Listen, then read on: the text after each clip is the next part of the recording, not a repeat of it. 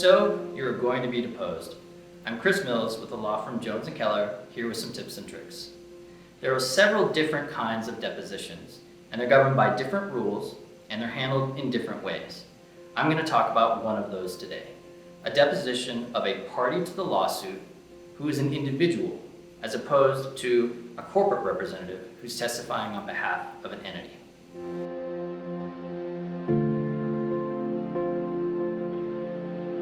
In preparing for your deposition as an individual who's a party to the lawsuit, you want to start by asking yourself, what are the goals of the attorney who's going to be taking my deposition? There are three main goals that the attorney probably has in mind. First, to obtain damaging admissions, to get you to say something that is harmful for your case and helpful for hers. The attorney will want to use those damaging admissions maybe to support a motion for summary judgment or to impeach at trial if you answer the same question at trial differently than you did at deposition. Second, the attorney wants to preserve testimony for trial. You want to do that when the witness is not going to be available to testify in person at trial. That happens with some frequency with third-party witnesses, but it's pretty rare for a party because generally a party is required to show up in person at the trial. The third goal, and perhaps the most important, is to learn relevant facts. Key here is understanding that the attorney wants to learn not just facts that are good for her side and harmful for yours, but also facts that are good for you and harmful for her side. We'll talk about that a little more in a minute.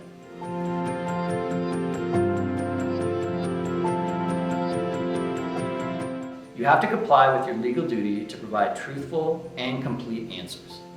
But beyond that, you don't want to do anything to help the opposing counsel achieve her goals. Let's talk about how to do that. First, you have to make sure that you understand the question before you start answering it. It is not your job to decipher an unclear question. It's the attorney's job to ask a clear question. So if you don't understand the question, ask for clarification.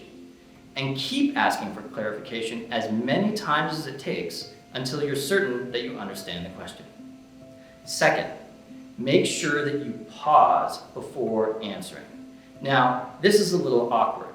People very often start answering a question before the question is even asked. That's normal everyday conversation, but it's not how you want to handle it during a deposition. You want to wait for the question to be finished and then provide a healthy pause. Why do you want to do that? Well, first, it gives you an opportunity to think about the question and make sure that you understand it, and then formulate a careful response. And second, and this is key, it gives your attorney a chance to figure out whether there's an objection that could be made, whether strategically it makes sense to go ahead and make the objection, and then to make the objection if it's appropriate. Without a pause, your attorney is not going to have a chance to do that.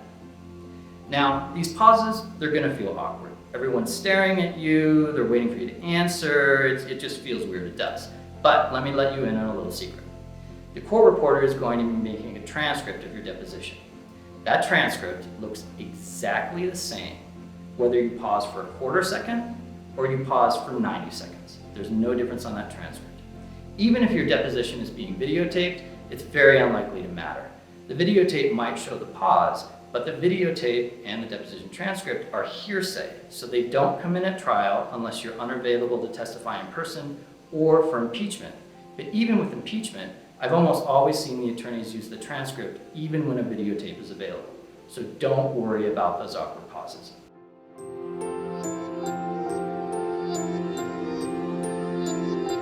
Remember that you don't know what you don't know. So long as you're testifying as an individual and not a corporate representative who's testifying on behalf of an entity, you're under no obligation to guess what questions are going to be asked ahead of time and figure out what answers would be. So long as it's true, it is perfectly okay to say, I don't know. In fact, it's critical that you not answer questions for which you don't know the answer. Don't speculate. Again, this is contrary to human nature. It's human nature to speculate when we don't know the answer to a question. I'm not certain, but X, Y, Z. I'm not sure, but maybe, I don't know, but how about this? I guess, maybe the answer is, that's normal everyday conversation, but not in a deposition. Don't do it. No buts at deposition. If you say, I'm not certain, but, what comes next is almost assuredly going to be rank speculation. So that's not how you want to handle it. If you don't know the answer, I'm not certain, period, full stop. I'm not sure, period, full stop. You know, I don't know, period, full stop. Next, although you want to answer the questions truthfully and completely, that's all. You never want to provide more than what is necessary to answer those questions truthfully and completely. It's human nature to want to try to prove your case. In fact, litigation by design is an adversarial process. So you want to prove that you're right and the other side is wrong. And in fact, you have to prove that you're right and the other side is wrong at trial, but not at deposition. Deposition is not the opportunity to prove your case. If you try to prove your case at deposition, you're only going to help the other side. Remember, the attorney wants to get not only facts that are good for her and bad for you, but also facts that are good for you and bad for her, because then she has more time to prepare how to deal with those when trial actually comes around. She will, for example, know what questions to ask because the answers are going to be helpful, and what questions to avoid because she knows your answers are good for you but harmful for her. You don't want to give her that opportunity if you can avoid it.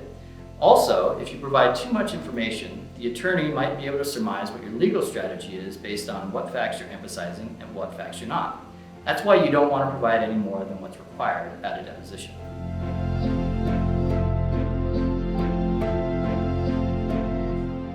In addition to these general tricks, what do you want to do to prepare for your specific deposition in your case? Well, you want to meet with your attorney. You want to preview what questions to expect. You want to review the documents that you're likely to be asked about at the deposition. And you want to practice with a mock deposition. Have your attorney ask you questions just like the opposing counsel will when you actually show up to have your deposition taken for real.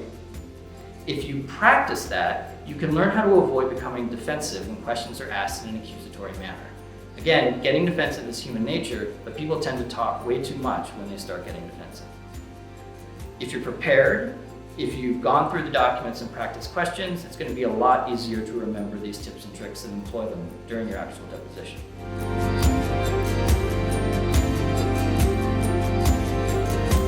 First, take your time.